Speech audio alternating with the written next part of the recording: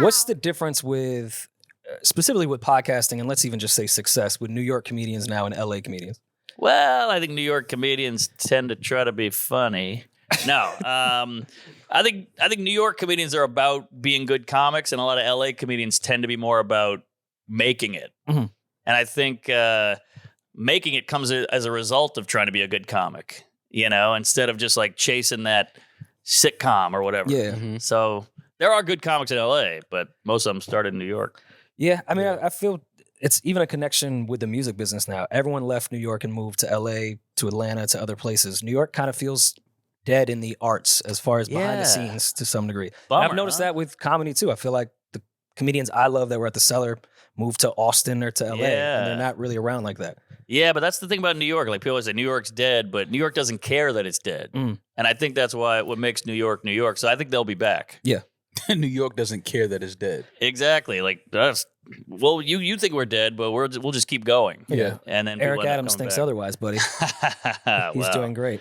Would you make the Austin move ever? No, a flash in the pan. Mm-hmm. I mean, look, Austin's a great city, but there's a ceiling. Mm-hmm. I'll go down and do like a Rogan or a Segura's pod or something, but and it's fun to visit. It's like ice cream. You can't have it every day. Yeah. Right. Get it. That was a good one. Thank you. Sorry, pussy. Comedy. Yeah, no, I get it. How was the Say something bad about Rogan. how was Yeah, how do you feel about Rogan? Well, here's the thing about Rogan. He's like a super sweet, generous guy, but the media really does him dirty. And he can fight, so it's tough to say And he can bad fight, things yeah. about him. But Kick your ass. Yeah. I think anybody who hangs out with him would say, or who has hung out with him would say, like, oh, he's a nice guy. But if you don't know him, he's painted as this kind of meathead, weirdo, whatever. But like in person, he's a nice guy. I think that's one of the problems with the internet.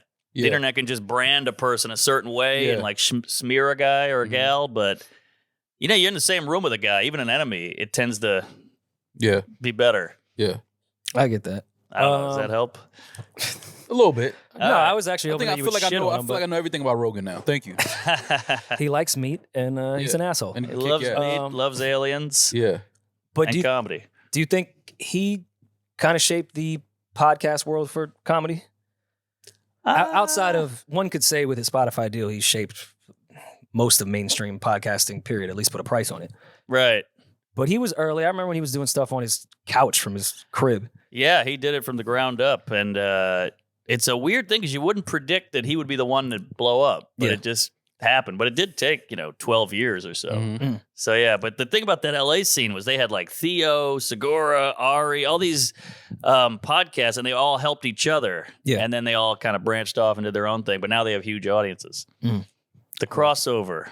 That's good. It's like when you see a rap video featuring whatever, and you're like, who's this guy? And then you check him out, and then now you're off and running. So Rogan is pretty much the DJ Khaled of comedy, yes. is what you were just saying. Except verbatim. He eats pussy. But yeah. Does Khaled not eat pussy? No, he doesn't. Is that a fact? Yeah. Is it a he's gone Muslim on thing? record. He's gone on record saying he doesn't eat pussy. Is it a Muslim thing? Why would Khaled go on record saying it? Like during one of his records when he was saying, how many people have to ask you, yo, do you eat pussy, for you to be like, yo, listen, all right, I'm going to answer this one time for everybody. Was it not on the Breakfast Club? Yeah, it was on the Breakfast Club. There you go. Because all he does is say really positive things. I don't know where he would slip in. Yeah, like, but hey, we don't by the way, eat I pussy. don't eat pussy, but, peace and blessings. I'm inspired. Game up. God is everything. Just don't put your mouth on that. Book of Khaled. I'm sorry. Khalid. So You have a special out, came out a few years ago, Out to Lunch. Yeah. Julian made sure that I watched it. Oh, geez, sorry. I loved it. No. It was great. Oh, thanks, I man. loved it. Appreciate it. The one thing that Julian pointed out that was really unique about it is you told so many jokes in less than an hour. Uh-huh. Do you typically write like that? Or is that just like you go off the audience, like this is what I'm feeling? I'm just going to give a bunch of quick hitters tonight. Good question. Well, I'm just a coward. And I can't handle the silence. So if they're not laughing, I'm panicking. Okay. Yeah. So I have to keep saying punchlines just to calm myself down. Okay. So it's actually Is that a technique that a lot of comedians do? maybe, but I think I'm more scared. I am still scared to go on stage, even Really? after like 17 years or whatever of doing this. So like, I have to get laughs or else I'm freaking out. So that's why I write all these punchlines. Well, how'd you deal with the 3 years of bombing then? It was hell. A lot of alcohol. Getting drugs. robbed. Yeah, I didn't sleep. I mean, those were rough days. Well, you slept on the L train. Yeah, there you go. There you go. You slept on Yeah, the the L train. booze helped. Yeah. Well, what do you think the breakthrough was after those 3 years where you started to get comfortable and You know what's weird is I would bomb so much, and one time I told a joke and a guy heckled me, and I just snapped on this guy. Like all those years of bombing just compounded up to this one moment, and I went off on the guy, and that was killing. He was black. Yeah, I shot him. so it was trauma and, PTSD. I guess so. And I went off on this guy, and then Michael Richards stole my whole act. No, I went off on this guy, and that was killing. So I was like, oh, because I was doing the whole, like, what's the deal with tables? I was trying to do an impression of a comedian, and they could see right through it. And Well, that's why Kramer took your act, because you took Seinfeld's. Yeah, exactly. So then I learned, like, oh, you got to just be you. You got to just relax and not try so hard to be this comedian. Yeah. And that's when it kind of flipped. Okay. Did you put more personal life stuff at that point? No, I don't. I don't have anything about me. Why is that? I just don't find me interesting. Why? At all? Eh. It has to be some interest. You from New Orleans. You've been moved robbed. to New York. You escaped Katrina. Yeah. Bedwetter. Yeah.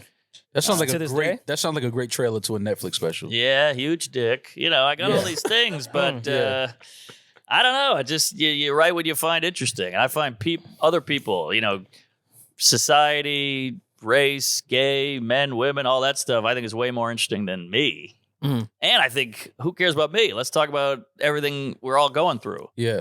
I get that. So what about the gays, really? Do you Well, find interesting? They can't reproduce, Yeah. which is a shame because they're fun. Yeah, they look like they'd be great parents. Yeah.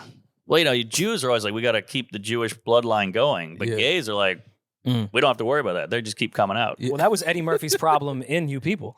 What's that? That very thing of the Jews trying to keep their bloodline going. Oh, really? Oh, he's not a fan. I didn't see it. You didn't see You People? No. Okay. I gotta watch more movies.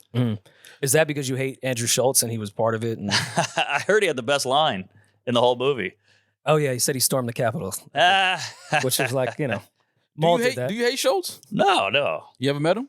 Yeah, I know him well. I've done his podcast. Okay. Great guy, funny guy. Cool He's guy. killing it. Cool guy. I was just joking. I guess I'm just saying, like, I feel like all comedians kind of hate each other.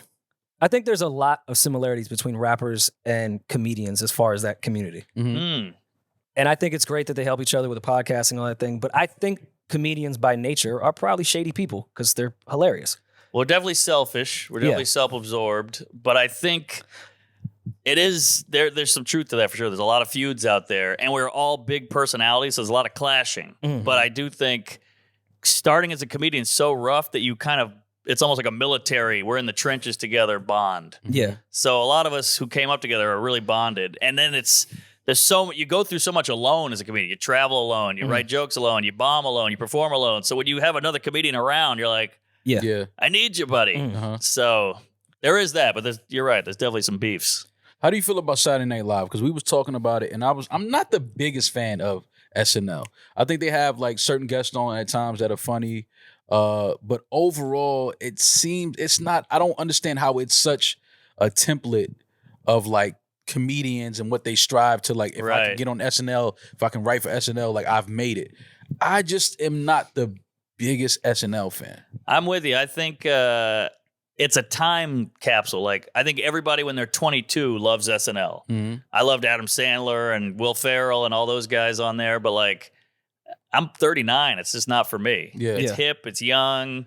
It's very political now, which it used to not be. It used to be more silly, and I think now it's kind of pushing an agenda a little more, which is a bummer. Like we just make fun of everything, Right. you know. So I'm with you. I'm not a huge fan. Like that's not to say they don't come out with some bangers every now and then. Yeah. Like you watch it on YouTube, you're like, all right, I got that 5-minute sketch. I'm good. Yeah. But I couldn't watch a whole episode. Yeah. No. I feel like the internet kind of killed SNL in a degree that we don't need censorship anymore. If I find crude things funny, I can go on the internet and I can find someone that will make me laugh that way. They're Good on point. fucking NBC. Yeah. So when you have someone like Kate McKinnon, who I think is hilarious Brilliant. and a legend, feel like, and even Michael Che, we talk about his stand-up compared to SNL is drastically different. His stand-up is hilarious.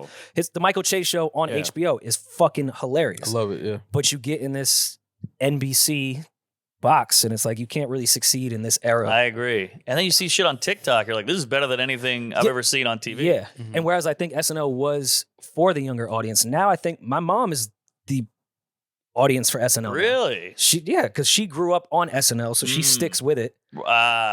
And she's not on the internet the way I am. I don't need to watch SNL. I'll catch, again, a funny one on YouTube that makes it through whatever. But I think it's for the older audience now, to be honest. Oh, interesting. Yeah, I think it's the people that grew up on Belushi, Sandler, all them are the only ones that stuck with it because it's an institution to them. I just feel like it's Pete Davidson fans now a lot. Well, which is he very still young. on SNL? I assume. He makes a cameo like once a month. You're like, okay. whoa. Right. What a career, man. Yeah. Oh. He was just at the Pro Bowl.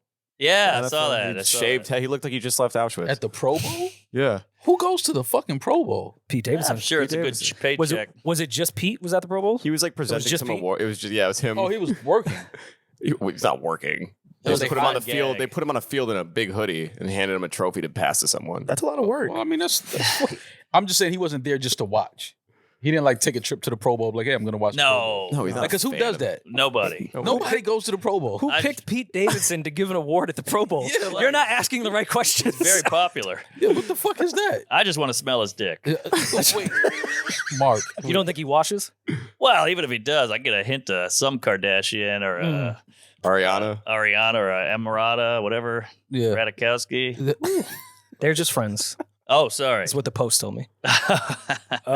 Gillis talking about SNL. I feel like his sketch, the Gillian Keeves, would have been a great as a writer. He would have been a great addition, and obviously that got derailed. But Yeah, but SNL couldn't have half of those sketches.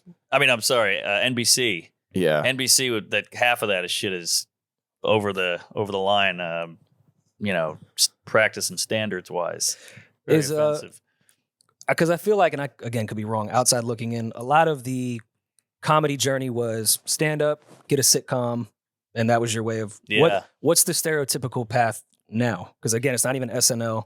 Is it stand up, get on Rogan, hopefully Bert Kreischer will eat food with me, and like then what is the standard way of doing it? I know it's all different, but There's no standard anymore. You can still do that route, like Michael Che got a HBO show, Sam J got an HBO show. So there is that route, but you can also go the YouTube, the social media, the get on hot ones. It's so splintered now. So there's all kinds of different avenues, and you don't need the gatekeepers anymore. You can still use the gatekeepers, but I thought you said gatekeepers. I'm sorry, gatekeepers. I'm sorry. Well, yeah. gatekeeper. I'm picturing a guy in a beekeeper outfit just holding back a bunch of holding back Billy Eichner. a bunch of gays. Yeah.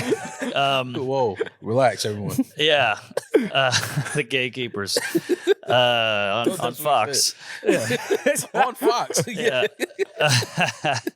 But yeah, there's more avenues, and that's why comedy's better than it's ever been. I mean, there's so many comics, and there's so many brands of comedy. There's so many different styles. You got Nanette, then you got Schultz, then you got Pete Davidson, then you got Mulaney, then you got Louis, then you got Rocks coming out with a new one. So it's a little everything. Everybody can find their person.